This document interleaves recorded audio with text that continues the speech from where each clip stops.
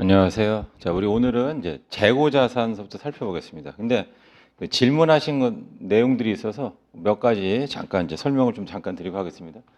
우리가 이제 지난 시간까지 이제 뭐 살펴본 것 중에서 이제 조금 이제 중요했던 게 수정 분계라고 하는 게 좀 중요했어요. 그러니까 수정 분계는 뭐냐면 최초 분계를 말 그대로 이제 수정한다 그런 뜻이에요. 그럼 최초 분계가 어떻게 수정한다고 했어요? 대부분 다 이 최초 분계가 현금주의로 장부가 만들어졌다. 그럼 현금주의는 뭐죠? 돈 들어오면 수익, 돈 나가면 비용. 그러니까 현금 흐름을 가지고 전체를 다 수익으로 했다든가 또는 전체를 다 비용으로 했다든가 이런 식으로 만들어져 있으면 그중에 기간이 미경과된 부분이 있을 겁니다. 그러면 그 부분을 갖다가 우리가 조정을 해줘야 된다. 이런 뜻이에요. 그래서 보통 나와 있는 게 이제 제가 선시 항목이다. 선시라고 하는 건 뭐예요? 선수 선급이죠. 선수 미리 받았다. 또는 선급 미리 지급했다 이런 뜻이에요. 그래서 선수 수익 수익인데 미리 받았다. 그러니까 내년도 거를 미리 받았다. 그러니까 이 선수 수익은 뭐가 돼요? 부채가 된다. 그 다음에 선급 비용이에요. 내년도 비용을 미리 지급한 게 선급 비용입니다. 그러니까 얘는 뭐가 되냐? 자산이 된다. 그리고 이렇게 선시 항목들을 우리는 뭐라고 부르냐면 이런 선시 항목들을 이연 항목이다. 이연이란 말은 뭐예요? 뒤로 미룬다. 그러니까 올해 돈이 다 나갔습니다. 나갔는데 그 나간 돈 중에서 올해 비용이 아닌 게 있어요. 그럼 걔는 뭐예요? 자산 처리해서 내년도 비용으로 이연시켜야겠죠. 그래서 얘를 이연이란 말을 써요. 마찬가지예요. 올해 돈이 다 들어왔어요. 하지만 들어온 돈 중에서 올해 수익이 아닌 게 있어요. 그럼 내년도 수익으로 이연시켜야죠. 뒤로 미뤄야겠죠. 그래서 이거를 우리가 뭐라 부르냐? 여기 나와요. 수익을 이연시키면 부채가 된다. 이런 식으로 이야기를 합니다. 그러면 이런 선시만 있냐? 아니고 미시 항목도 있다고 했어요. 미시 항목은 뭐냐면 미수 미지급. 이렇게 그래서 미수 수익, 미지급 비용이죠. 수익이면 돈이 들어와야 될 거 아니에요. 근데 미수가 뭐예요? 아직 돈이 안 들어왔다 이런 뜻이에요. 그래서 이게 바로 미수 수익이 되고 우리가 이제 보통 분계를 쓰면 이렇게 되죠. 이걸 발생한 미수 수익은 자산이에요.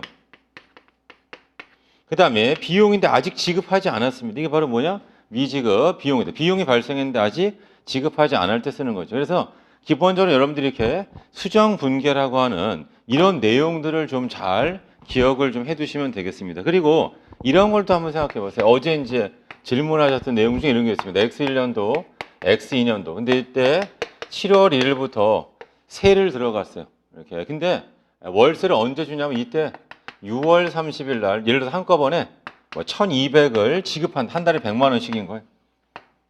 보통 이렇게 안 하죠. 그러니까 우리가 깔세라고 해서 먼저 월세를 이제 건물주가 받은 다음에 1년치를 미리 받은 다음에 이렇게 까나가는 이런 방식은 있어도 뭘 믿고 그 사람한테 1년 동안 그냥 월세는 안 받고 나중에 1년 뒤에 받을게. 이제 근데 이런 것들이 이제 뭐냐면 워낙 우리가 공실이라고 하죠. 공실이 있어가지고 상대방한테 이제 조건을 좀 좋게 해주려고 이제 하는 방법이 뭐 이런 것들이 있을 수 있는데 아무튼 뭐 이런 게 있다고 하면 여기 나와 있는 12월 31일 날 뭐라고 분계를 써야 되냐면 이런 분계를 써야 돼요. 임차료 예를 들어서 1200이니까 600이죠. 한 달에 100만 원씩. 그리고 여기다가 미지급 임차료 600 이런 식으로 이제 분계를 써야 돼. 이게 수정 분계예요. 무슨 말이냐면 비용이 발생했어요. 아직 돈이 안 나가죠. 돈이 안 나갔어도 비용 발생에 대해서는 분계를 넣어줘야 된다. 이런 의미가 되겠습니다. 그러면 X2년도 6월 30일자 분계는 어떻게 돼야 되겠습니까? 이게 현금이 1200에 나가지만 제가 뭐라고 했냐면 임차료는 600이에요. 나머지 600은 뭐가 되냐? 이걸 지워야 돼. 미지급 임차료. 미지급 임차료를 지운다. 그래서 얘의 의미는 뭐라고 했어요? 이 현금 1200을 600과 600으로 나눠 쓴다면 이 600은 올해 월세가 돼. 요게 이걸 얘기하는 거고요. 그 다음 요 600은 뭐를 얘기해요? 여기 1200, 요 600은 전년도에 안 준 이거를 내가 지금 준다. 이런 의미로 보시면 되겠습니다. 근데 이런 거 할 때는 마찬가지입니다. 뭐냐면 그럼 선생님 저는 12월 31일 날 분계를 안 놓고 매월 그러니까 예를 들어서 7월 31일 날 분계를 놓고 8월 31일, 9월 30일, 10월 30일 이런 식으로 매월 임차료 100만 원씩 그리고 미지급 임차료 100만 원 이런 식으로 분계를 쓰면 안 됩니까? 왜 안 돼요? 이걸 곱하기 6번씩 하면 되고 아니 그럴 바엔 저는 아예 그냥 매일매일 하겠습니다. 매일매일. 매일매일이라는 말은 뭐냐면 1200을 갖다가 365로 나눠요. 그럼 이게 하루치 월세가 되는 거죠. 1200만 원을 365로 나누면 하루 지날 때마다 하든가. 더 나아가서는 뭐예요? 그러면 뭐 시간 단위로 내가 분계를 집어넣든 뭐든 좋습니다. 아무튼 그래서 최종 결과물은 뭐냐? 우리가 12월 31일자로 장부를 만들 텐데 그때 뭐가 기록되어 있어요? 이거 부채는 600. 뭐 비용은 얼마? 600이 장부에 이랬으면 되죠. 이거 손익계산서에 비용은 600.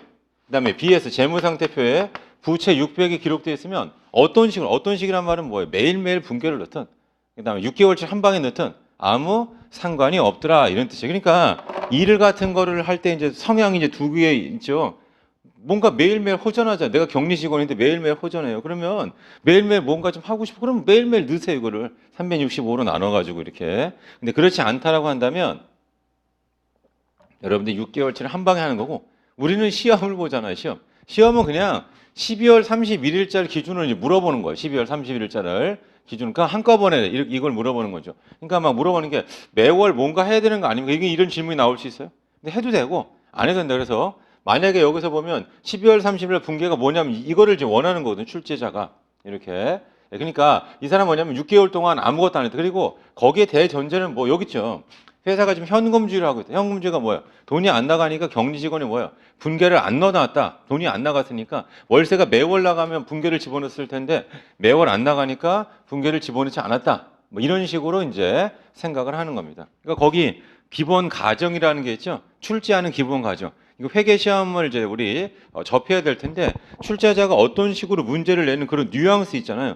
그런 뉘앙스를 잘 여러분들이 알아들으셔야겠습니다. 그래서 이런 거 하고 또 다른 걸로 뭐가 있었냐면 우리 시산표가 있어요. 트라이얼 밸런스를 배웠어요. 우리 이 배웠던 거 잠깐 복습하는 걸. 질문하신 게 있어서 우리가 이 강좌 자체도 여러분들이 질문하신 거에 대한 답변 뭐 이런 걸 생각하시면 되겠어요. 이게 시산표라고 해서 시산표. 근데 우리가 뭐가 있냐면 이런 수정 분계를 집어넣었을 때 시산표 합계가 어떻게 될 거냐 이걸 물어보는 게 있고 보통 그런 시산표가 말해 뭐냐면 잔액 시산표를 얘기해요. 잔액 시산표를 주고서 물어본다 이런 뜻입니다. 그러면 제가 한번 해보도록 하겠습니다. 뭐가 있냐면 이 미수 수익 같은 게 있어요. 여기를 말하자면 아니면 여기 미지급 비용에 여기 임차료 미지급 임차료 그러면 비용이죠. 여기가 자산 그 밑에 비용 여기 부채 자본 수익 뭐 이런 식이 될 거 아니에요. 여기다가 임차료 600 그리고 부채로다가 여기다 미지급 임차료 600이죠. 따라서 얘는 뭐냐면 600만큼 합계가 어떻게 한다? 증가한다. 그래서 결론은 뭐냐면 우리가 수정 분계를 집어넣어서 차변, 대변 양쪽에 집어넣게 되면 어떻게 된다? 얘는 시산표 합계가 600만큼 증가한다. 이런 뜻입니다. 근데 만약에 이런 걸 한번 생각해 보겠습니다.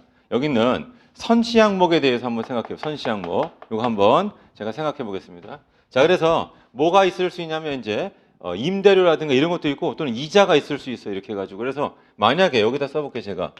회사가 이자 비용을 만약에 120만큼을 기록을 한 상태예요. 그리고 이게 최초 분계입니다.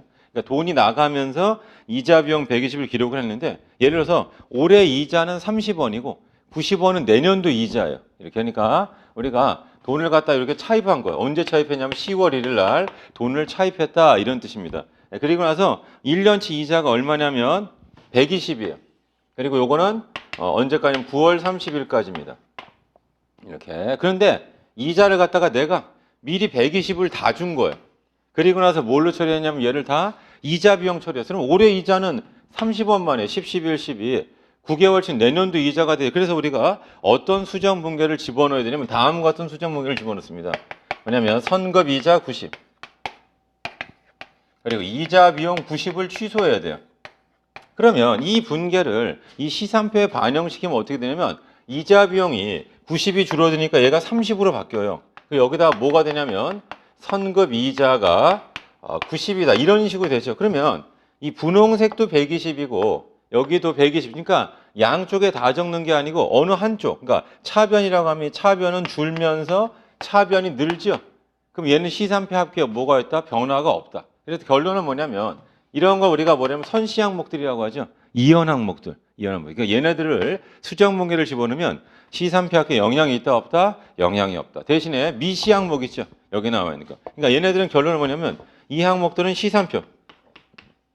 당연히 잔액시산표고 이 잔액시산표를 증가시킨다.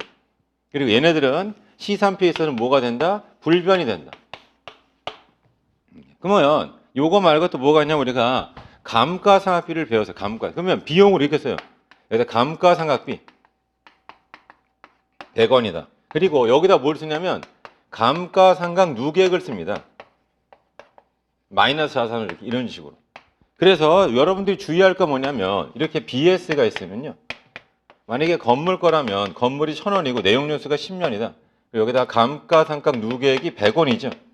그러니까 그 얘기 뭐냐면 재무상태표에서는 누계액을 차변했어요. 하지만 시산표에서는 누계액이 어디다 쓴다? 대변에 쓴다. 그래서 결론은 뭐냐? 감가상각비에 대한 수정분계라면 시산표 잔액이 어떻게 된다? 증가한다. 이게 결론이고. 또는 뭐가 있을 수 있냐면 대손에 대해서 설정하는 거. 그게 대손상각비, 대손충당금이죠. 그러니까 그게 뭐냐면 우리가 지난 시간에 했던 거 우리 44페이지 보시면 대손에 대한 그 분계들이 쭉 나와 있죠. 43페이지, 44페이지에. 그래서 결론은 뭐냐면 여기다 좀 써보겠습니다. 만약에 수정 분계로다가 여기 대손상각비 얘를 50원이다. 그리고 여기다 대손충당금 50원이다. 둘 다 이제 마이너스 자산이 되겠습니다. 이렇게 50원. 그럼 얘는 뭐예요? 시산표 합계를 갖다가 어떻게 한다? 증가시킨다. 잔액시산표 합계를 증가시킨다. 이게 요것도 하나의 문제가 된다 이런 뜻이에요. 그래서 제가 항상 강조하는 거는 뭐 너무 이제 우리가 이제 뭐 문제 마치 뭐하고 똑같아요. 학생들한테 공부 이렇게. 근데 사실은 뭐예요? 학생이니까 공부가 중요한 거고. 그러니까 우리가 뭐냐면 무언가를 평가할 그런 기준이 없잖아요. 이렇게 해가지고. 이렇게. 그러니까 뭐냐면 성적이 좋으면은 뭐예요? 공부를 잘하고 그러면 이 사람이 우수할 거라는 그냥 그런 가정을 내포하고 우리 시험이라고 하는 제도를 도입한 거 아니에요. 이렇게. 그러니까 우리는 뭐 하는 사람이에요? 시험을 준비하는 사람이죠. 그러니까 결론은 뭐냐? 시험에 나오는 형태의 문제를 최대한 빨리 우리가 파악하는 게 이 공부의 목표가 되겠습니다. 그래서 이런 내용들이 조금 처음 하실 때 어려울 수 있다고 했어요. 그러니까 제가 제일 처음에 뭐라고 했냐면 회계가 쉽다라고 했지만 그렇다고 막연히 쉬운 게 아니고 우리한테는 이제 뭐냐면 약간의 이제 어떤 뭐 턱이라고 할까요? 이렇게 진입 장벽 같은 게 있습니다. 그러니까 그거를 이제 넘으면은 되게 쉬운데 그거를 못 넘는 사람이 있어요. 근데 실제로 저 같은 경우에도 이렇게 이 발생과 이연에 대해서 1년을 넘게 공부했는데 이걸 이해를 못한 사람을 봤습니다. 그러니까 쉬운 건 하죠. 근데 조금만 이제 문제를 변형을 하거나 이렇게 하면 그 문제가 어떤 내용이 잘 파악을 못해요. 근데 그런 것들은 이제 정확하게 말하면 뭐냐면 무언가 오해에서 비롯됐어요. 그러니까 우리가 무언가 누구랑 대화할 때도 이 사람이 엉뚱하게 받아들이죠. 이렇게. 그러니까 저도 뭐냐면 어떤 중요한 자리가 있잖아요. 어떤 회의라든가 그러면 몇 명이 같이 가야 돼요. A, B, C. 왜냐하면 누군가 뭘 얘기하는데 이 사람이 얘기하는 거에 진짜 뜻이 뭐냐 이거예요. 그래서 이제 나온 다음에 이제 이 사람 이제 간 다음에 야, 이 사람이 얘기하는 게 뭘까? 그거에 대해서 얘기를 해보는 거예요. 그러니까 혹시라도 누가 이거를 갖다 잘못 해석할 수도 있고요. 제가 잘못할 수도 있고 내 옆에 있는 사람이 잘못 해석할 수도 있고 그러니까 혼자 가서 해석하는 거와 몇 명이 듣고 그때 그 뉘앙스는 그게 그런 게 아니고 다른 뉘앙스 같습니다. 이런 식으로 얘기하는 거죠.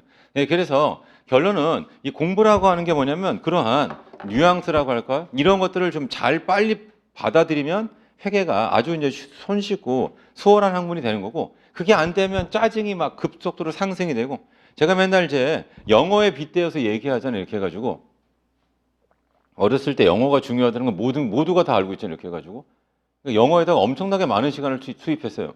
그럼 저는 여러분들이 뭐 대학이나 이런 데서 회계를 전공해서 모르겠지만 그렇지 않으면 도대체 회계에 얼마의 시간을 지금 투자한 거예요? 사실은 얼마의 시간을 투자를 안 했다고 이렇게. 그러니까 사실 일정 수준의 어떤 에너지 이게 투입이 돼야지만 어떤 그런 뉘앙스 같은 것도 좀 빠르게 좀 느낄 수 있거든요. 그러니까 인내심을 가지시고 여러분들이 조금 이게 뭐 어려울 수도 있어요. 이렇게 하지만 그걸 잘 슬기롭게 이겨내시면 좋겠어요. 그래야지만 결국 뭐예요? 우리가 좋은 이제 뭐 공기업 이런 데 입사하고 좋은 이제 열매라고 할까 이거를 이제 따기 위해서는 약간 고통스러워야 된다 이렇게 보시면 돼요. 자 이제 45쪽 가보겠습니다. 자 45쪽도 재고 자산이죠. 핵심은 뭐예요? 거기 판매 목적 동그라미 판매 목적. 자 유형 자산은 뭐예요? 사용 목적이에요. 사용. 이거를 활용한다, 사용한다 이런 뜻이고 재고 자산 직접적으로 이걸 파는 거예요. 판매 목적이 바로 재고 자산이다. 그 다음에 투자 부동산 이런 것들은 뭐예요? 다 투기 목적이죠. 우리 투자 자산이 투자. 그러니까 여윳돈이 있어서 투기 목적으로 하는 게 바로 투자 자산이 된다 이런 뜻입니다. 여기 내용을 한번 보시고 그럼 재고 자산의 종류가 나와 있는데 네모 박스 안만 보시면 돼요. 우리 상기업이 있고 제조기업이 있고 이미 앞에서 한번 설명을 드렸으니까 계속 후반부에도 이제 디테일하게 막 나오고 그 다음에 또 이것도 있었네요. 최근에 이제 우리 카페에도 이제 질문을 한 분이 계신데 그분도 우리 거래의 8요소 또는 거래의 10요소 하잖아요. 근데 거기에 대해서 이제 분개를 좀 다 한번 해달라고 이렇게 해서 이제 제가 뭐냐면 그때 이제 뭐 하고 있었냐 처음에 이제 딸하고 계산책을 하고 있었어요. 저희 개하고 산책 이렇게 그래서 그 산책 와중에도 이렇게 좀 뭐 답변하는데 사실 그걸 빨리 뭘 적고 뭘 해야 되는데 그렇게 할 수 없어가지고 그래서 좀 약간 뒤에 이제 답변을 좀 드렸습니다. 근데 아무튼 이제 그때 제가 먼저 말씀을 드렸던 게 뭐냐면은 이게 우리가 영어라든가 이런 건 똑같습니다. 공부할 때 쉽게 말하면 뭐냐면은 시작과 동시에 영어 3만 요새도 있나요? 그 보케블러리 33,000 뭐 이런 거 22,000, 33,000 그래서 뭐 그런 이제 단어를 저 33,000개 하겠습니다. 그러니까 영어를 시작하는 사람이 그럼 우리가 뭐라고요? 좀 참으라고 하죠. 그러니까 어차피 단어나 이런 것들은 뒤에 여러 가지 이제 독해 같은 걸 하면서 자연스럽게 늘어나야 되잖아요. 이렇게. 그러니까 회계에서 보면은 이제 거래의 8요소 또는 거래의 10요소가 책의 앞에 있어요. 하지만 걔는 이제 뭐냐면 우리가 이러이러한 것을 해야 됩니다라고 하는 방향성만을 제시하는 거지. 내가 처음에 이제 예를 들어서 수업을 한번 듣고 여러분 거래의 8요소가 이런 겁니다라고 이제 설명한 다음에 내가 모든 분계가 다 떠오른다든가 아니면 분계를 보고 모두가 다 분석이 된다. 이건 아니란 말이에요. 이렇게. 그러니까 여러분들이 그런 것들을 약간 뭐라고 하냐면 약간 어찌 보면 과욕일 수도 있죠. 그래서 약간의 여유를 가지고 여러분들이 좀 진도를 나가시는 게 바람직하다 이런 뜻이에요. 그러니까 제가 이제 왜 그런 말씀을 드리냐면 우리가 이제 몸 상태는 이제 생각을 안 하고 막 운동해서 헬스클럽 보면 처음에 와가지고 막 이렇게 하는 거예요. 그러면 결국은 엄청난 이제 근육통이 있는 거죠. 회계도 마찬가지니까 시간이 모든 거를 다 해결해 준다 이런 뜻입니다. 그러니까 되도록이면 여러분들께서 약간의 여유를 가지고 하셨으면 좋겠어요. 그래서 45쪽 가보시면 상기업, 제조기업이고 계속 이제 중요한 내용들이 무한 반복되는데 상품이란 말이 있죠. 상품은 뭐냐? 물건을 사다 파는 게 상품이 된다 그런 뜻이고 사실은 뒤에 보면 여기 상품에 대해 또 나와요. 그 무슨 말이냐면 46쪽을 잠깐만 먼저 보고 올게요. 46쪽 하단을 보시면 기말 재고자산 포함 여부 해가지고 오른쪽 47쪽 제일 위에 보시면 구분해서 뭔가 표가 나와 있죠. 자, 걔가 뭔지 한번 보겠습니다. 잘 써놨네. 자, 이렇게 여기 BS가 있으면 이 재고자산 위에 뭐가 있었냐면 우리 지난 시간에 배웠던 당좌자산이 있어요. 당좌자산. 당좌자산은 뭐예요? 그 자체가 거의 현금에 가까운 거고 얘는 판매 행위를 해야 돼요. 외상으로 팔면 매출 채권이 생길 거고 그 다음에 현금 받고 돈 받고 팔면 바로 현금이 되는 거죠. 그러니까 얘는 채권이라고 하는 걸 거친다. 이렇게 보시면 되겠어요. 그래서 유동성 순서로 봤을 때는 당좌가 재고보다는 좀 더 빠르다 이렇게 보시면 되고 이러한 재고 자산이 있는데 이 재고 자산은 예를 들어서 1번이 상품이에요. 이렇게. 상품은 사다 파는 거죠. 근데 제가 이렇게 써볼게요. 미착 상품이다. 그럼 상품하고 미착 상품은 뭐가 다르냐? 그래서 여기가 우리 회사의 창고예요. 창고 안에 들어있는 재고 자산을 우리가 조사하는 거 우리가 실사한다. 실사액 이렇게 줘요. 창고를 뒤져봤더니 재고 자산이 총 뭐 예를 들어서 1,000만 원만큼 있더라 이런 뜻이에요. 그런데 여기 보면 뭐가 있냐면 미착의 뜻이 뭐예요? 아직 도착하지 않았다 이런 뜻이에요. 그래서 우리가 물건을 사고 팔 때 조건인데 어떤 조건이 있냐면 선적지 인도 조건이 있어요. 선적지 인도 조건. 그러니까 이 선적이란 말이 뭐예요? 쉬핑. 배에다가 짐을 실는 걸 우리가 선적이라고 하죠. 그러니까 선적과 동시에 우리 거예요. 그러면 우리 거를 이제 내가 지금 가지고 오고 있는 중에 선적 진도 조건으로 내가 구매를 했다라고 한다면 그러면 배 위에 있는 거는 배 위에다가 이렇게 실어 오고 있죠. 이 배 위에 있는 건 누구 거예요? 내 거죠. 하지만 여기 실사액은 안 들어있죠. 이렇게. 그래서 얘를 우리 재고에 포함시켜야 되고 만약에 이 금액이 엄청나게 거액이다. 그럴 때 뭐라고 써요? 상품하고 미착. 그러니까 창고 안에 있는 건 상품이고 창고 안에 없어요. 이걸 우리가 뭐라 그런다? 미착 상품. 반대 조건도 있습니다. 뭐가 있냐면 자, 도착지 인도 조건으로 판매를 했어요. 그럼 도착을 해야 될 거예요. 아직 도착을 안 했죠. 내가 물건을 팔러 가는 중에 있죠. 이런 걸 우리가 뭐라 하냐면 미착 상품. 이렇게. 그러니까 두 가지 조건이 있다. 내가 파는 조건이냐 아니면 내가 사고 있는 조건이냐 이렇게 한번 보시면 돼요. 그 다음에 또 뭐도 있냐면 이런 것도 있습니다. 3번에서 적송품. 이 적송품이라고 하는 건 언제 나오냐면 위탁 판매 나온다. 그럼 위탁 판매 뜻이 뭐죠? 위탁자하고 수탁자가 이렇게 나오죠. 위탁자, 수탁자 이렇게 해가지고 그래서 뭐냐면 판매를 부탁하는 사람이 위탁자. 그러니까 부탁을 받은 사람이 수탁자가 되는 거죠. 그러니까 예를 들어서 뭐 LG전자가 있다. 가전제품을 갖다가 하이마트 뭐 이런 데다가 팔아달라고 부탁을 했습니다. 그래서 물건을 보내죠. 그럼 LG전자에서 하이마트로 물건 이동했어요. 뭐 전자레인지라든가 이런 것들이 뭐 냉장고 이런 것들이 이동을 했다. 그럼 팔린 거냐? 안 팔린 거죠. 언제 팔린 거예요? 하이마트에서 고객한테 물건을 줄 때 팔린 거죠. 이렇게. 그래서 이렇게 하이마트에 있는 거 이것도 다 누구 재고 자산이에요? LG전자 재고 자산이에요. 이걸 우리가 뭐라 부른다? 적송품이라 부른다. 이렇게. 그러니까 우리가 상품이라고 하는 건 여기 들어있는 거고 이게 적송품이다. 그러면 어디에 있는 거예요? 이렇게 여기 수탁자가 이렇게 있으면 수탁자 창고에 가서 들어있는 거죠. 이런 것들을 우리가 뭐라 한다? 적송품 이런 식으로 이야기합니다. 자, 그 다음에 또 뭐가 있냐면 4번 이렇게 보면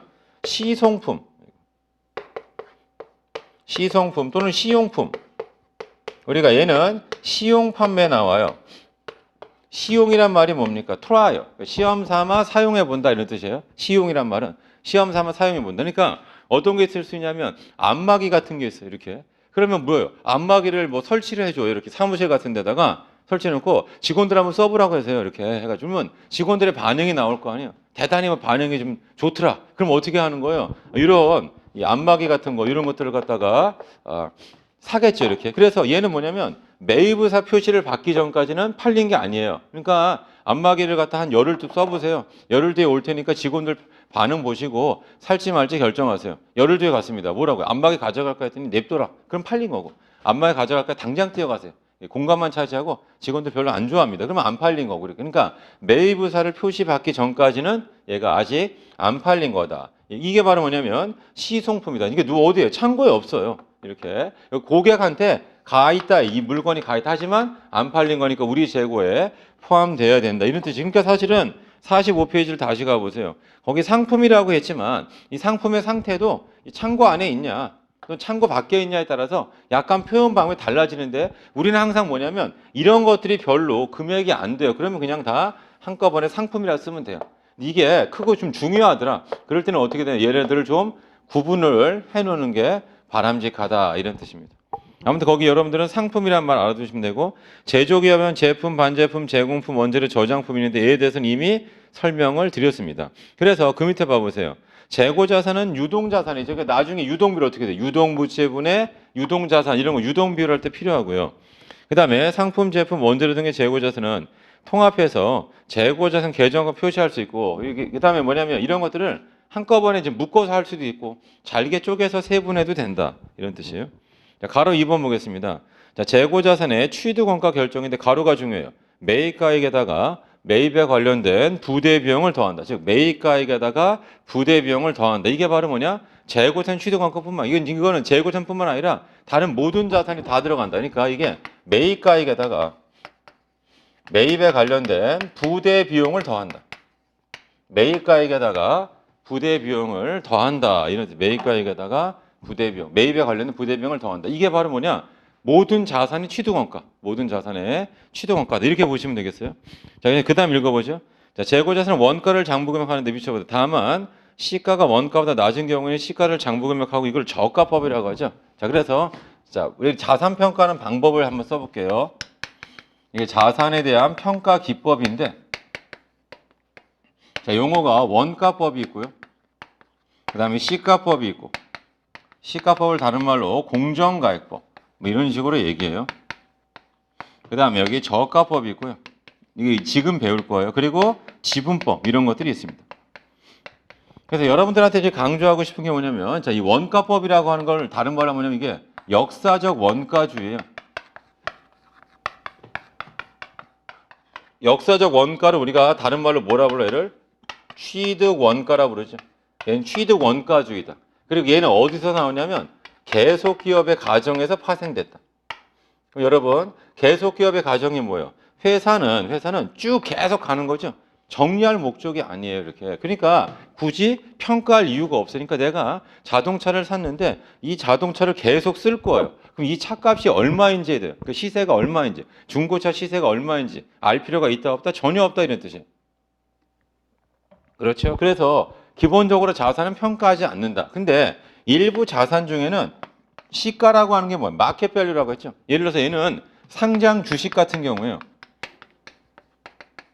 이런 경우에는 뭐냐면 공정 가치가 현 시장에서 거래되는 시가, 이 시가가 이미 다 나타나 있죠. 그러니까 장부를 갖다가 시가로 써줘도 좀 괜찮겠다 이런 뜻입니다. 그리고 얘를 갖다가 어떤 식으로 생각해 보면 되냐면 우리가 재무상태표에 뭐가 있냐면 자본이라는 게 있어요. 이렇게 보시면 BS의 자본, 이 자본하고 우리 시가총액이 있어요. 주가의 합. 얘가 일치하지 않는다. 근데 그 원인 중에 상당수는 뭐냐면 이 자산을 평가하냐 안 하냐에 따라서 자본액 수가 달라져요. 이렇게. 그래서 만약에 예를 들어서 내가 회사가 땅을 가지고 있어요. 1960년도에 토지를 갖다가 10억 주고 샀습니다. 근데 지금 시세가 이 땅이 10조예요. 만약에. 그럼 당연히 이 자본도, 이 부채가 없다면 자본도 10조가 돼야 되잖아요. 근데 역사적 원가주의라니까 얼마요? 땅을 계속 10억 원을 기록하고 있다. 이게 과연 맞겠냐 이런 뜻. 그래서 만약에 공정가액을 산출할 수 있다라고 한다면 얘를 시가법 또는 다른 말로 공정가액법으로 평가를 하고요. 여러분들은 이제 결국 이런 상장 주식이라든가 아니면 지금 했던 토지 있죠, 토지에 대해서 이게 나중에 뭘 배우냐면 재평가라고 하는 걸 배워요. 이렇게 또는 투자 부동산 이런 것들을 공정가치로 평가하는 걸 배우고 지금 우리가 뭘 할 거냐면 저가법은 재고자산에서 재고자산. 그럼 저가법이라고 하는 건 뭐냐? 자, 시가법은 올라가는 거 떨어지는 거를 다 인정해. 이걸 뭐라? 평가 손실을 다 인정하는 거. 이걸 우리는 뭐라 한다? 얘를 시가법이라 한다. 그럼 저가법은 뭐냐? 올라가는 건 인정하지 않고 떨어지는 것만 인정해. 그러니까 이 저가법은 약간 우리가 뭐라 할까요? 좀 염세주의자라고 해야 될까요? 아무튼 세상을 약간 좀 비관적으로 보는 거예요. 그러니까 좋은 거 그런 거 생각 안 하고 늘 안 좋게 될 것만 생각하는 거예요. 이렇게. 그게 바로 뭐냐면 저가법. 다른 말로 이게 보수주의죠. 보수주의. 그러니까 우리가 뭐 설레발 친다고 하잖아요. 이렇게. 설레발 치지 말란 말이에요. 이렇게. 그러니까 안 좋을 때를 좀 생각해 보자. 그래서 이 재고자산이 이제 취득 원가를 이제 기본적으로 가액을 하는데 사올 때 가격.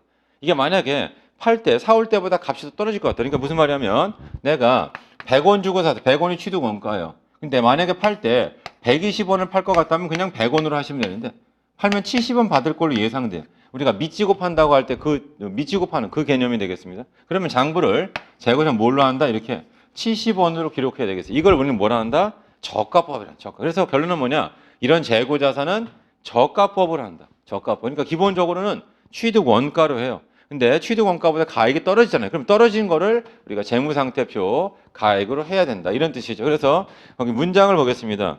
다만 시가가 취득 원가보다 낮은 경우에는 시가를 장부 금액으로 하고 이걸 우리는 뭐라 부른다? 저가법이라고 한다. 이걸 우리는 저가법이다. 이런 식으로 이야기합니다. 그 다음 뭐죠? 재고자산의 취득 원가는 매입 원가죠. 매입 원가 또는 제조 원가를 말하는데 그 다음에요. 취득 원가는 취득에 직접 관련되어 있으며 정상적으로 발생되는 원가를 포함하고 이렇게 그러한 원가에 이제 뭐가 있냐 그래서 그 다음 나와요. 그 다음 줄 보시면 매입가액에 부대비용을 더하는데 그 부대비용에 제일 많이 나오는 게 매입 운임이죠. 거기다 써보세요. 매입 운임이 뭐냐면 용달차 비용이 용달차 비용. 차를 뭐 내가 배추장수다. 그러니까 내가 김치를 뭐 하자 만든다 아니면 뭐 배추다 그러면 사올 거 아니에요. 근데 뭐가 된다? 운임을 부담해야 된다. 이게 바로 매입 운임이고 그다음에 매입 수수료가 있을 수 있고요. 이렇게 그다음에 하역비 있죠. 예, 항구 같은 데서 짐 내린 데 들어가는 거. 그다음에 재고용 구입을 위한 보험료 같은 게 있죠. 뭐 배가 침몰하거나 이러면 안 되니까 운송 보험료 같은 걸 들 겁니다. 그럼 이런 것들이 전부 다 뭐냐? 재고자산 가액에 더해져야 된다. 재고자산 가액에 더해져야 된다. 이런 뜻이에요. 그다음에 매입 부대 비용을 판매자가 부담하는 경우 판매자는 판관비 처리한다 이런 뜻이 판매자는 판관비 처리한다. 그러니까 아까 우리가 여기 봐보세요. 선적시 인도조건 구매하죠. 이때 선적과 동시에 우리 거고요. 여기다 운임이 있어요. 그럼 이 운임은 당연히 선적할 때 이제 구매자한테 갔기 때문에 구매자가 부담할 거고 얘는 재고자산 처리한다는 뜻이에요. 만약에 내가 도착시 인도 조건으로 물건을 팔았다 그러면 도착을 해야지 객관 그러니까 이 운반비를 누가 부담하냐? 판매자가 부담하. 이럴 땐 뭘로 처리한다? 판관비 처리한다. 이럴 때는 판관비 처리한다. 그러니까 운임할 때 매입 운임이죠. 사올 때 운임은 뭐라고 한다? 재고전 처리되고 팔 때 운임이 있어요. 걔는 뭐로 처리한다? 판매 관리비 처리한다. 이런 뜻이에요. 그 다음에 45페이지 제일 밑에 보시면 또한 재고자산 매입가액은 총 매입가액에서 매입할인, 매입에너리, 매입한출을 제외한 순매입액을 말한다 했죠. 거기다 좀 별표를 좀 쳐보시고요. 자, 그게 46페이지를 잠깐 가보 46조. 거기 보시면 가운데 밑에 표를 정리해놨습니다. 가운데 밑에 표를 보시면 거기 판매자하고 구매자 입장에서 정리한 게 나와 있죠. 그래서 거기를 한번 살짝 가도록 같이 한번 보겠습니다. 자, 물건을 여기는 구매자가 있고요. 여기 판매한 사람, 판매자. 판매자는 매출을 인식했을 거고 구매자는 매입을 인식했을 거예요. 자, 그런데 물건을 팔았는데 물건에 결함이 있습니다. 그래서 얘를 반품한다. 이걸 얘는 뭐라고 그러냐면 매입 환출이라고 불러요. 그럼 얘는 매입에 차감이 된다. 내가 100만 원씩 물건을 사왔는데 10만 원 반품했으면 매입은 얼마가 돼? 90만 원 돼야 되는 거예요. 그래서 여기도 마찬가지 매출이고 얘를 뭐라 하냐면 매출 환입이라고 불러요. 얘를 매출 환입, 출 나갔던 게 환입, 다시 되돌아온다 이런 뜻입니다. 자, 그 다음에 내가 매입했는데 값을 깎아주는 걸 우리가 뭐라 하냐면 매입, 애누리라는 말을 씁니다. 물건에 하지 않아 결함이 있어서 값을 깎아주는 걸 애누리. 그럼 여기도 마찬가지예요. 이걸 매출 애누리라고 불러요. 그래서 전부 다 뭐냐면 매출의 차감 항목, 매입에 다 차감, 이 가로쳤다는 게 매입에서 빼야 된다는 뜻이에요. 그러니까 이런 걸 생각해 보세요. 내가 물건을 사왔습니다. 근데 물건에 하자가 있어서 일부 반품했어요. 그럼 내가 매입한 건 얼마가 되냐? 예를 들어서 이게 100만 원인데 이게 뭐 3만 원이다. 그리고 이게 5만 원이다. 이렇게 그러면 순매입은 얼마가 돼야 돼요? 92만 원 돼야 되는 거죠. 8만 원만큼 값을 깎거라 아니면 물건을 되돌려 보냈기 때문에 돈을 환불받겠죠. 이렇게 해가지고 그래서 매입은 얼마다? 92만 원 이런 식으로 계산해 주시면 되겠습니다. 그 다음에 뭐가 있냐면 매입 할인이 있습니다. 매입 할인도 빼셔야 돼요. 여기는 이제 매출 할인이 될 거예요. 자, 얘는 이 기호를 하나 아시면 돼요. 2/10, N/30 이런 거. 얘는 뭐냐면 30일 내에는 정상 결제해주고 열흘 내 결제 2% 깎아준다. 그러니까 항상 물건을 파는 사람은 늘 자금난에 시달린다 그러는데 돈이 늘 없는 거예요. 이렇게 지금도 우리 코로나19 이런 것 때문에 만약에 음식점 이런 사람들 얼마나 사실은 뭐이겠어요. 돈이 이게 뭐냐면 매출이 거의 없는 거예요. 사람들이 오늘도 제가 이렇게 여기 종로 막 관통해가지고 오는데 이런 느낌이 없다니까요. 늘 이제 뭐 이렇게 주말 이럴 때 다 차가 막히고 하는데 그냥 과속 걸릴까봐 이렇게 그래서 이제 T맵을 왜 켜고 오겠어요? 혹시 속도가 지금 50km 넘게 막 나올까봐 해가지고 그냥 그걸 켜고 왔단 말이에요. 이렇게 해가지고 그래서 아무튼 뭐냐면 아무튼 그 정도로 지금 사람이 한산하고 식당 같은데 마찬가지 사람이 없는 거 사람이 이렇게 그래서 아침 여기 이제 나올 때 제가 여성시대 이제 듣다 왔거든요. 그 양희은 씨하고 서경석 씨하고 이렇게 거기서도 이제 뭐냐면 그 뭐랄까요 패널 한번 나와가지고 여행에 대해서 여행 가는 거 이렇게 막 얘기를 막 해줘요. 근데 중요한 거는 이제 우리가 지금도 뭐 인터넷에 댓글 보면은 꼭 지금 여행 가야겠냐 뭐 이런 사람이 하나 있고 그 다음에 또 장사하시거나 이런 분들 생각해 본다면 그래도 어느 정도의 경제 활동을 해줘야 되는 거 아니냐. 근데 우리 이탈리아나 이런 데 보면은 어때요? 엄청나게 막 심각한 거고 그게 사실 남의 일이 아니죠. 언제든 뭐 이게 또 발생할 수 있는 일이기 때문에 우리가 모두가 다 조심을 해야 되는 뭐 이런 거죠. 그래서 갑자기 또 옛날에 또 그게 생각납니다. 그러니까 뭐냐면 우리 독감 예방 주사 맞아야 되잖아. 예방 주사. 백신 말하는 거예요. 이렇게 예방 주사. 근데 저 같은 경우도 뭐냐면 우리 애들을 이제 2명을 예방 주사 맞으러 갔어요. 이렇게 해가지고 선생님이 물어보는 거예요. 근데 아빠는 안 맞으세요? 제가 그랬어요. 저는 아직 뭐 맞을 나이가 아닌 것 같습니다. 이렇게 그랬더니 전 국민이 맞아야 예방 효과가 있다. 그러니까 누군가는 이제 예방 맞고 이러면 안 된다. 그러니까 그 얘기 뭐냐면 우리 전 국민 모두가 다 뭐예요? 코로나 바이러스 이거에 대해서 다 전부 마스크 쓰고 저도 이제 사실 뭐냐면 자꾸 움직임과 동시에 마스크를 쓰려고 하는 게 뭐냐면 이게 버릇이 안 되다 보니까 마치 이제 제가 안경은 안 써봤지만 그 안경을 이제 처음 쓰거나 뭐 이렇게 하면 자꾸 안경을 어디다 둔지 모르잖아요. 이렇게 두둔 데다 놔야지 이렇게. 저도 다니다 보면 마스크가 없네. 그러니까 그 뭐 집 나왔다가 마스크 안 했네 이렇게. 그래서 차에도 항상 마스크를 막 놔야 돼 이렇게 해가지고 그렇지 않으면은 왜냐면 내가 마스크를 쓴 모습을 상대방한테 보여줘야지 이렇게 나 마스크 쓰고 있습니다 이렇게 해가지고 그래서 상대방도 막 안심하고 뭐 이런 게 있으니까 자, 아무튼 뭐냐면 아무튼 그래서 예방주사 이것도 전 국민이 다 백신, 독감 백신 이런 거 예방주사 맞아야지 효과가 극대화된다. 그래서 그 의사 선생님이 이제 농담 반 저한테 얘기하는 게 뭐냐면 아니 아버님 같은 분이 있기 때문에 독감 환자가 있는 겁니다 이런 거예요 이렇게. 그러니까 저도 맞으라 이거예요 이렇게 의사 선생님 말씀인 게 저는 뭐냐면 저는 아직 그 독감 그거는 이제 나이 드신 이제 할머니 할아버지 아니면 어린애가 맞는 거 아닌가 이렇게 생각했는데 그게 아니고 그냥 다 맞아야 되는데 이번에 아마 코로나19 이것도 마찬가지. 만약 백신이 나온다 그러면 이제 전 국민이 다 맞아야 되는 무조건 전 국민이 다 맞아야 되는 뜻이. 아무튼 그래서 여기 나와 있는 것처럼 이 물건을 팔거나 이런 사람들은 지금 돈이 얼마나 쪼달리겠어요. 그러니까 누가 현금을 빨리 주겠다, 대금 결제 빨리 해주겠다 이렇게 그러면 당연히 좀 더 깎아드릴 테니까 빨리 좀 돈 주세요 이런 느낌을 줄 거 아니에요. 그래서 이런 문제, 이런 기호가 나올 거예요 이렇게. 그럼 뭐라고 빼주라고요 결론이. 그러면 뭐가 나오냐면 순매입. 그리고 여기 뭐가 나와요? 순매출이 나오죠.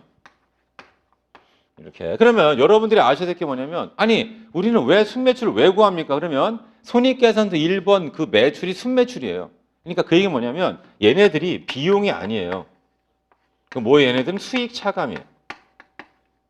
자, 회계에서 중요한 건 뭐냐면 얘가 비용이냐 아니면 수익 차감이냐 이런 거 자체가 사실은 대단히 중요한 거예요. 이렇게. 그래서 우리가 말하는 매출은 원래 매출에서 이런 가격을 조정한 게 있었죠. 반품을 한다든가 그다음 물건의 하자 값을 깎아준다든가 대금 결제 빨리 값을 깎아줬죠. 그럼 이런 것들을 다 반영한 후의 금액을 우리가 매출이라고 부른다 이런 뜻이에요. 그래서 결론은 그런 뜻이랑 이걸 좀 알아두시면 되고 실제 시험에는 뜻은 안 물어봐요. 뜻은 물어보지 않습니다.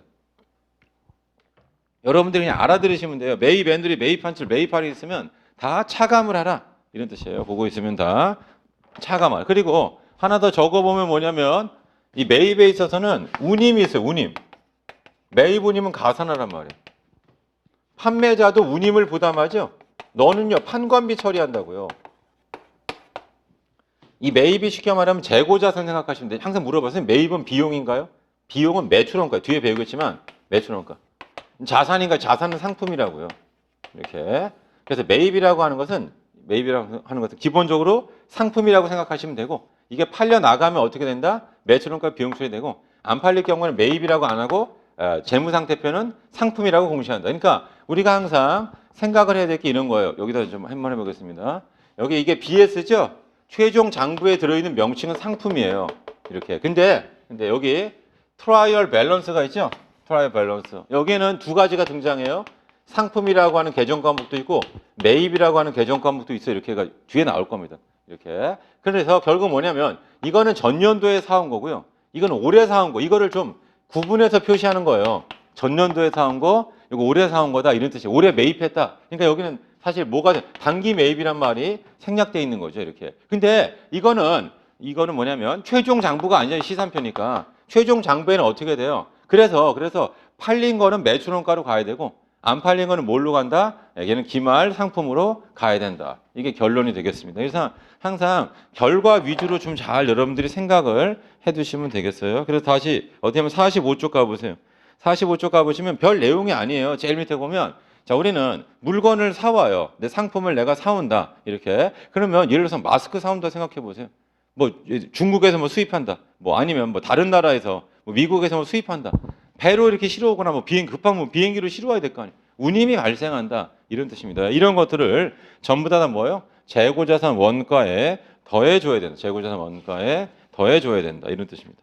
자 이제 46쪽을 다시 가보겠습니다. 46쪽.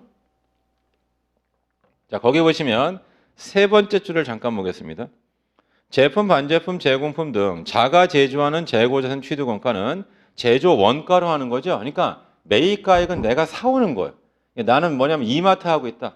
그럼 뭐 새우깡이니 이렇게 뭐 그다음에 땅콩 카라멜 뭐 이런 것들을 내가 뭐 사올 거 아니에요. 이렇게 해가지고 그러면 그 사오는 값을 우리가 상품으로 하면 돼요. 근데 이번에 내가 뭐 풀무원이에요. 이런 걸 만들어 이렇게. 그럼 어떻게 할 거예요? 뭐 플라스틱도 필요할 거고 그다음 재료가 있을 거고요. 그래서 기계 장치를 가동해야 되니까 감가상각비 등이 있을 거죠. 그래서 걔를 뭐라 부르냐면 걔를 우리가 제조 원가라고 불러요. 그리고 사실은 이러한 제조 원가는 원가 시간에 여러분들이 배우셔야 돼요. 근데 여기서는 어쩔 수 없이 그냥 제가 한번 해보겠습니다. 그래서 이 제조 원가가 있는데 이 제조 원가 3요소가 있어요. 제조 원가의 3요소. 이렇게. 그게 바로 뭐냐면 재료비, 그 다음에 노무비, 그 다음에 경비 이렇게 세 가지. 자, 먼저 재료비는 말 그대로 알아요. 이렇게 뭐 예를 과자를 만든 밀가루 같은 거, 뭐 설탕 이런 거 들어가지고 이게 재료비. 노무비는 인건비입니다. 근데 인건비라고 쓰지 않고 얘를 노무비란 말을 쓴다. 그럼 경비의 뜻은 뭐냐? 공장에서 생산할 때 발생한 것 중에 재료비나 노무비가 아닌 거, 전기요금, 수도요금, 임차료, 화재 보험료, 기계장치 감가 이런 것들을 다 경비라고 부른다 이런 뜻입니다. 근데 우리가 모든 학문이 발전을 하잖아요. 이렇게. 그러니까 원가책으로 말하자면 한 40년 전 책들 이렇게. 그러니까 40년 전이면 언제요? 1980년대 있잖아요. 그죠? 그때 책들은 뭐가 되냐면 이런 표현을 썼어요.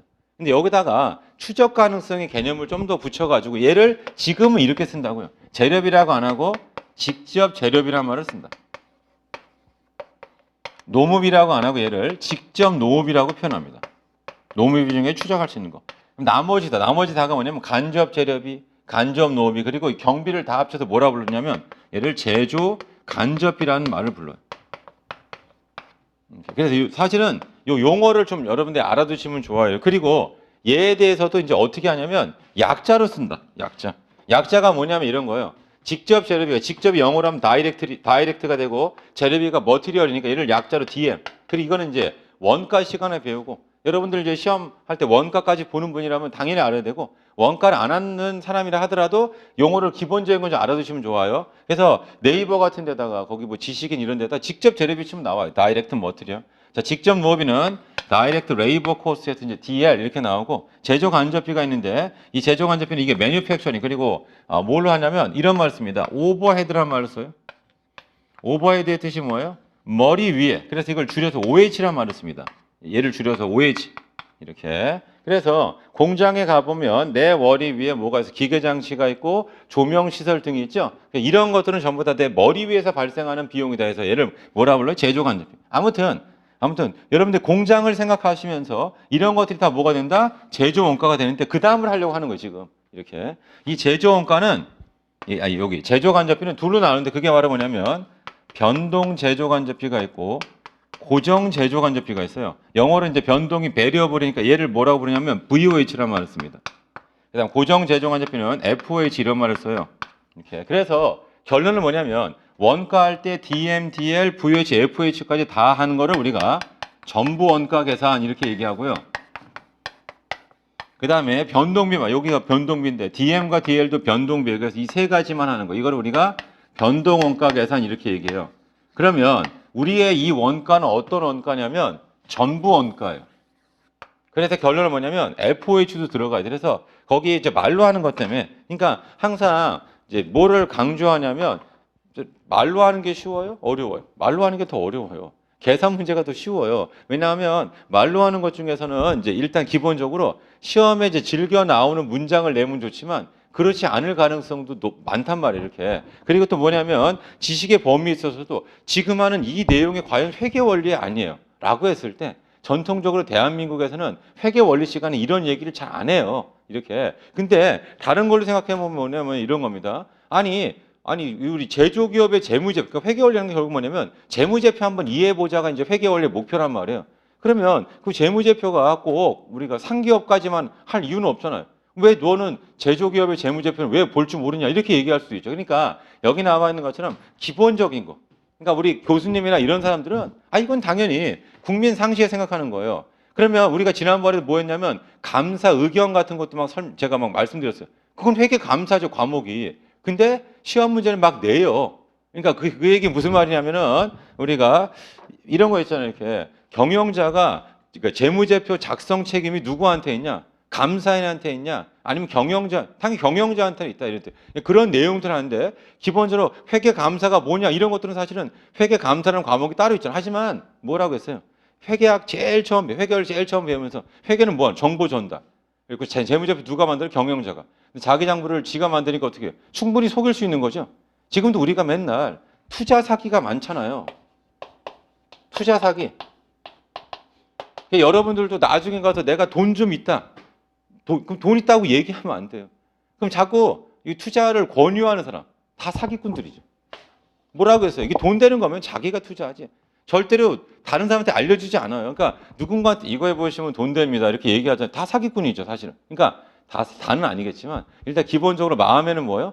이 사람은 무언가를 나를 속일 수 있다. 이 마음을 가지고서 이제 그 사람을 바라보는 게 맞겠다 이런 뜻이에요. 그래서 결론은 뭐냐면 결론은 이 회계라고 하는 것은 결국 회계 장부, 그래서 회계 감사라고 하는 건 결국 뭐 하는 거예요? 충분히 경영진이 어떻게 할 수, 주주나 이런 사람들을 속일 수 있잖아요, 이렇게. 그러니까 누구예요? 독립적인 제3자가 껴가지고 이 장부가 제대로 만들어졌는지를 확인, 검증을 해주자 이런 뜻. 물론 검증한다고 해도 100%다 될 수는 없어요. 왜냐하면은 기본적으로 회계 감사 이런 것들은 뭐 샘플링이라고 하죠. 표본 감사. 그러니까 뭐냐면 전수조사를 다 하는 게 아니고 몇 가지 이제 샘플을 보고 이거는 이상이 없습니다. 이렇게 하는 거. 마치 뭐하고 똑같아요. 쌀이 들어왔으면 쌀을 전부 다 푸대를 다 뜯어봐가지고 다 이게 헤집어 보는 게 아니고 몇 군데 이렇게 푹푹 찔러보고 이거는 뭐 1등품입니다. 이런 식으로 검사하는 거랑 거의 비슷하죠. 여론조사도 마찬가지죠. 저한테 여론조사 물어보지 않았잖아요. 근데 뭐냐면 샘플을 뽑는 거 이렇게 뭐 지역별로 나이별로 뭐 해가지고 이렇게 뽑는단 말이에요. 이렇게 해가지고 그러면 뭐 한 5천 명한테 하지만 사실은 우리가 전 국민이 5천만 명이에요. 근데 샘플로다가 5천 명 뽑은 거예요. 과연 이 5천 명이 이거를 대표할 수 있냐 이런 뜻이에요. 근데 이 표본을 샘플링을 잘하면 이걸 의사하는 게 거의 맞더라. 그러니까 우리가 또 이런 거 많이 하죠. 그 뭐죠? 그 투표 다 끝난 다음 대선 같은 거 할 때 뭐 이거 몇 프로가 되냐. 그래서 나오면서 이제 출구 조사하잖아요. 당신은 몇 번을 찍었습니까? 뭐 이런 거 해가지고 하죠. 그러면 나중에 그거 선거 끝나자마자 투표 끝나자마자 이제 뭐 6시 지난 다음에 뻥 발표 나올 때 보면 그때 나왔던 그 이제 데이터하고 실제로 나중에 투표용지 다 해서 한 거랑 거의 유사하게 나오잖아요, 이렇게. 그러니까 이게 사실은 뭐 통계학이나 이런 거에 위대함이겠죠, 이렇게. 그래서 결론은 이제 뭐가 되냐면 이 시험 범위라고 하는 것 자체가 그냥 한정돼 있다. 명확한. 그거는 제가 봤을 땐 수능밖에 없어요. 수능. 왜냐하면 수능이라고 하는 것은 부모님이 개입될 수밖에 없죠. 얘기하는 거 이거 우리 교과 과정 아닌데 나왔습니다. 그럼 난리 나죠, 이렇게. 아니 애들 시험에 범위도 정해놓지 않고 시험 내면. 근데 세상에 시험에 저도 그래서 뭐였냐면 뭐 모르겠는데 수능을 잘 몰라가지고 뭐 EBS 뭐 하는데 연계를 뭐 해가지고 보기 지문이 똑같다. 저는 사실 뭐 그런 거에 큰 충격이에요. 아니 지문을 알려주고 시험을 본다. 그거는 학교 중간고사나 기말고사도 아니고 뭐 제 생각은 그렇습니다. 근데 아무튼 이제 뭐가 되냐면 그런 식으로 뭔가 범위를 정해놓고 그 범위를 넘지 않으려고. 그러니까 사전에 뭐 모의고사 같은 것도 막 사전에 보고 전국 모의고사니 뭐니 해서 그렇게 막 만들려고 하는 이유가 뭐예요?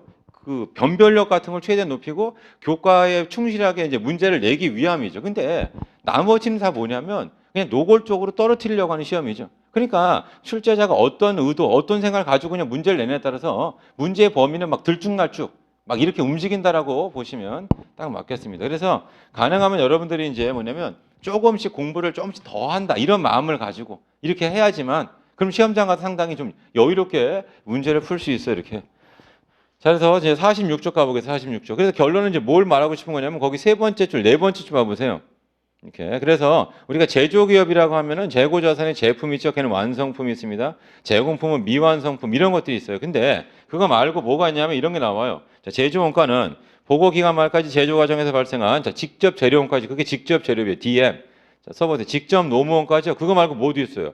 변동, 고정원가 다 들어가 있죠. 그러니까 VOH와 FOH 다 들어가죠. 그러니까 말로 하는 문장할 때 변동 제조간접비는 포함되지만 고정 제조간접비는 포함되면 안 된다는 그 문장이 틀린 문장이에요. 왜?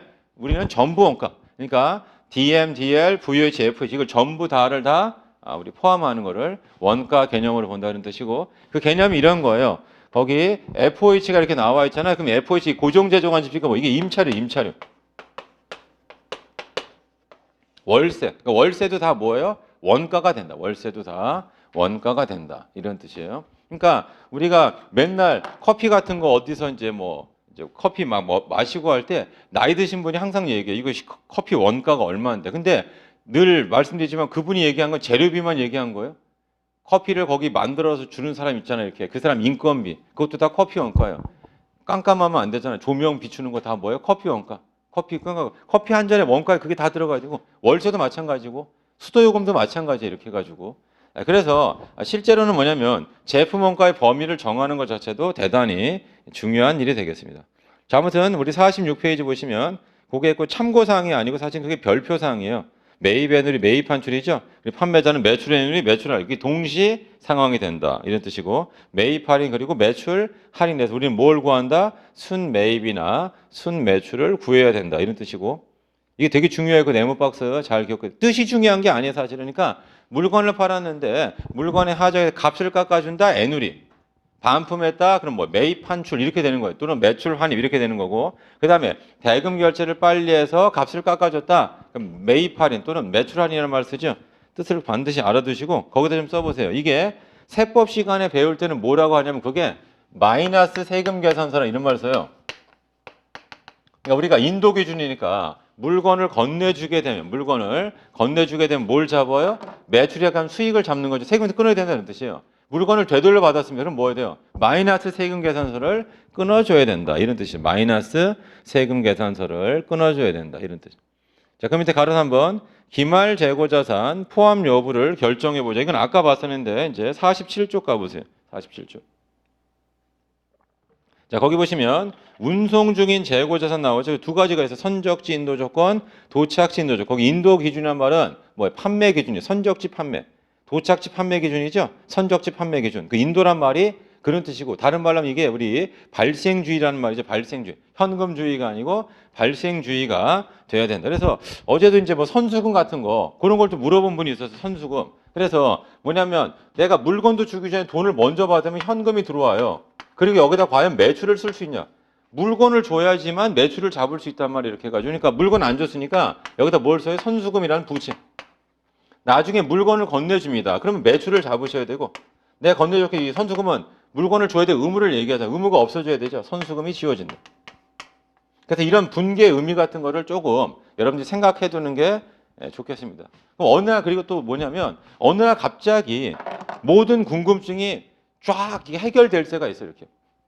그러니까 뭐 친구들하고도 그렇잖아요. 친구들하고도 얘가 뭐 어떤 행동을 했는데 어느 날 갑자기 얘가 이런 이유 때문에 이러이러한 행동을 했구나가 어느 날 갑자기 그냥 쭉 이게 생각이 날 수가 있어요. 이렇게 뭐 좋은 예는 아니지만 뭐 이렇게 김건모 노래 뭐 이런 거 할 때 보면 그 노래 가사에 보면은 이제 뭐 연인하고 뭐 이런 거 할 때도 보면 얘가 나한테 왜 이런 했을까 좀 이제 의아했는데 시간이 한참 지나니까 갑자기 이런 이유가 있어가지고 나한테 이런 행동을 했네. 이게 한꺼번에 막 해결되잖아요.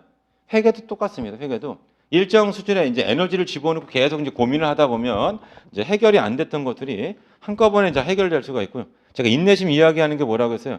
그런 이제 시간이 올 때까지 조금 힘드셔도 좀 참고 견뎌달라 이런 뜻이에요. 자, 그 밑에 보시면 할부 판매죠. 할부 판매 핵심은 돈을 안 받은 거예요. 자동차 할부를 팔았잖아요. 이렇게 그 얘기는 뭐예요? 돈도 안 받고 물건을 먼저 준 거죠. 돈은 이제 36개월 동안 나눠서 들어온단 말이에요. 그래도 나는 뭐예요? 매출을 다 잡아야 된다. 그게 할부 판매가 되겠습니다. 그 다음에 위탁 상품이죠. 적송이란 말을 써서 적송. 그리고 거기다 하나 더 써보세요. 적송할 때 뭐가 발생할 수 있냐면 운임이 발생할 수 있어요. 그러니까 무슨 말이냐면 여기 수탁자한테 물건을 보내잖아요. 그때 운임이 있어요. 그걸 우리가 적송 운임. 여기다 써야겠네. 적송 운임이 있어요. 그럼 이것도 다 적송품 원가에 운임도 들어가야 된다. 적송품 원가에 운임도 들어간다. 그러니까 용달차로 실어 보낸다. 택배로다가 좀 팔아달라고 보낸다 이런 뜻이니까 출판사에서도 책을 어떻게 해야 돼요? 출판사에서도 뭐 교보문고라든가 영풍문고 이런 데다가 책을 이제 보내야 될 거 아니에요. 뭐 퀵으로든 뭐 많이 들어가면 용달로 보내든 책을 보낼 거예요. 이렇게 해가지고 그럼 그때 이제 뭐가 되는 거예요? 그때 운임이 발생하죠. 그걸 전부 다 책값에 플러스를 하라. 그 다음에 시송품 또는 시용품 나와 있었죠. 시험 삼아 써본다. 얘는 매입의사 표시하기 전까지는 다 우리 재고자산이 돼야 된다. 우리 재고자산이 돼야 된다. 이런 뜻이에요. 자, 그 밑에 이제 가로 4번서부터 또 보겠습니다. 자, 기말 재고자산의 평가가 나와 있죠. 그러면 기말 재고자산은 왜 평가해야 되냐면 써보세요. 기말 재고가 나와야 매출원가가 나와요. 그러니까 그 밑에 그래서 우리 참고라고 써 있는데 뭐 상품 매출원가, 제품 매출원가죠. 자, 기초 상품에다 매입을 더하자 그 두 개를 묶어서 뭐라 부르냐면 뒤에 바로 나옵니다. 판매 가능 재고라고 불러요. 두 개 더하면 판매 가능 재고. 그래서 거기서 기말 상품은 안 팔린 거죠. 그러면 매출원가는 뭐예요? 팔린 게 나온다. 이런 과정이 되겠어요. 그래서 우리 기말 재고 자산을 왜 평가해야 되냐? 걔는 뭐 하는 거예요, 우리가? 이게 평가가 돼야지만 우리 매출원가를 구할 수 있다는 뜻이고, 그다음 기말재고는 어떻게 되면 수량 곱하기 단가죠. 내가 배추 장수다. 배추가 1000포기 있고, 그다음 포기당 예를 들어서 2,000원씩이다 이런 뜻이. 그럼 얼마예요? 200만 원. 이게 바로 수량 곱하기 단가의 개념이 되겠습니다. 그 밑에 보시면 참고가 나와 있죠. 참고. 매출원가의 계산이라는 게 그런 뜻이고, 자 그다음에 그 밑에 보시면 이제 뭐가 나왔냐면 동그라미 1번 있어요. 기말재고의 수량 결정 방법이죠. 그러니까 뭐냐면 이 배추가 몇 포기가 있냐 이거를 결정하는 게 수량 결정인데, 거기 보면 실사법이 있고 계속기록법이 있다는 뜻이에요. 그러면 먼저 계속기록법부터 설명드리면, 계속기록법은 뭐 하는 거예요? 입고 출고를 계속 적는 거예요. 들어오고 나가 들락날락 할 거 아니에요. 물건이. 이거를 계속 적는 게 계속기록법이 된다 이런 뜻입니다. 그러면 계속기록법의 좋은 점은 뭐냐면 나갈 때마다 출고를 적었기 때문에 기말재고 장부상 수량을 항상 구할 수 있어요. 그게 계속기록법. 안 좋은 점은 뭐냐? 계속 적어야 되니까 골치 아프다 이런 뜻입니다. 자, 그에 비해서 제일 밑에 나와 있는데 실사법은 뭐냐면 입고만 적어요. 들어오는 것만 적어요. 출고는 적지 않는다 이런 뜻이에요. 왜냐하면 만약에 기초재고가 100개고 이번에 900개가 입고됐으면 판매 가능 재고는 총 1000개예요. 이렇게. 그리고 막 팔겠죠. 기말에 창고 가서 보니까 150개가 있어요. 몇 개 팔린 거예요? 850개 팔렸죠. 그러니까 뭐하러 나갈 때 그걸 뭐하러 줘요? 기말에 나중에 창고 한번 훑어보면 되는데, 이 방법이 뭐냐면 실사법. 실사법의 좋은 점은 뭐예요? 간편하죠. 근데 안 좋은 점은 뭐냐? 사장님이 허술하죠. 나갈 때 몇 개 나가는지 세무를 안 하는 거예요. 이렇게 기말에 한꺼번에 하니까 어떻게 해요? 우리 사장님 바보 아니에요. 그러니까 어떻게 하냐면 직원들이 가져갈 수 있죠. 이걸 우리가 감모손실 이런 말이죠. 감모손실. 그래서 실제에서는 어떻게 하냐면 혼합법이라고 해서 계속 적으라고 해요. 사장님이 힘든 게 아니고 격리 직원이 힘들 거 아니에요. 계속 적으라고요. 그리고 뭐예요? 불시에 점검해야죠. 불시에 실사해야죠. 그래서 장부상 재고하고 실제 재고랑 맞춰야겠죠. 이렇게 해가지고 이런 걸 우리가 뭐라냐? 혼합법이란 말을 쓴다. 그래서 우리가 감모손실이란 말이 나와요. 감모손실. 그럼 감모손실을 알려면 장부상 재고하고 실제 재고를 비교해야 될 거 아니에요. 그러니까 당연히 뭘로 하는 걸 전제로 하는 거예요. 혼합법을 전제로 한다. 혼합법을 전제로 하고 있다. 이런 뜻이.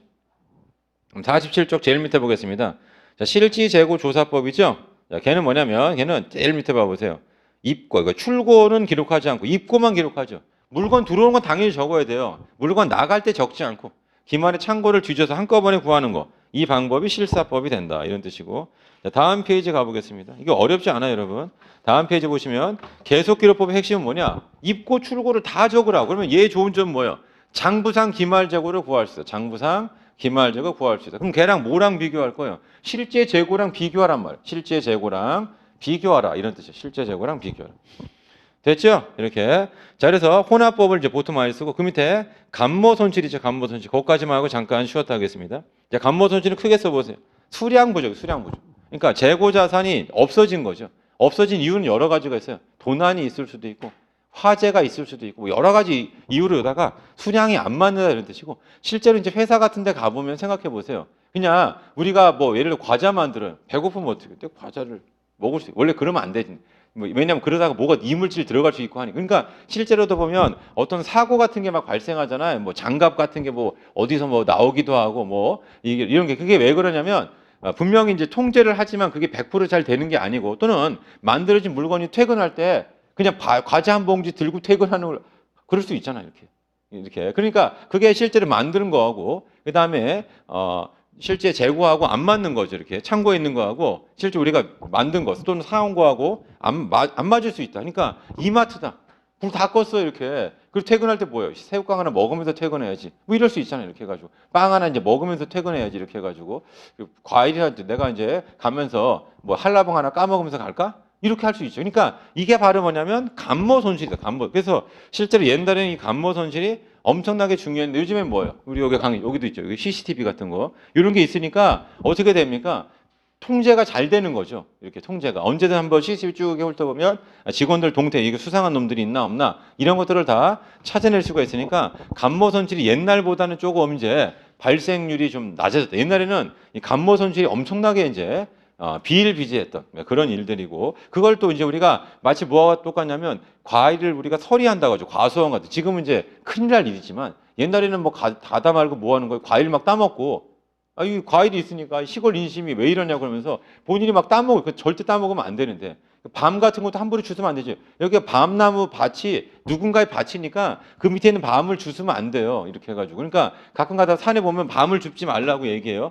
두 가지 이유가 있죠. 이렇게 그런 것들을 뭐 다람쥐나 누가 먹는다 이런 것들일 수 있고 이 밤이 지금 과수원처럼 누군가의 이게 밭인 거예요. 쉽게 말하면.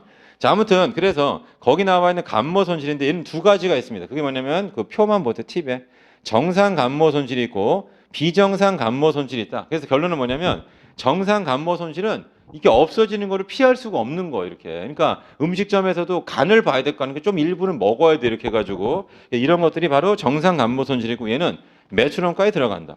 그 다음에 비정상 간모 손실 있죠. 걔는 영업의 비용 처리를 해야 된다. 이런 뜻이에요. 근데 나중에 이제 이런 것들을 문제로도 한 번씩 보면은 훨씬 더 잘 알 수 있고 여기서는 뜻. 그러니까 간모 손실은 수량 부족, 없어진 거, 재고량 없어진 걸 얘기하는데 정상이 있고 비정상 간모 손실이 있다.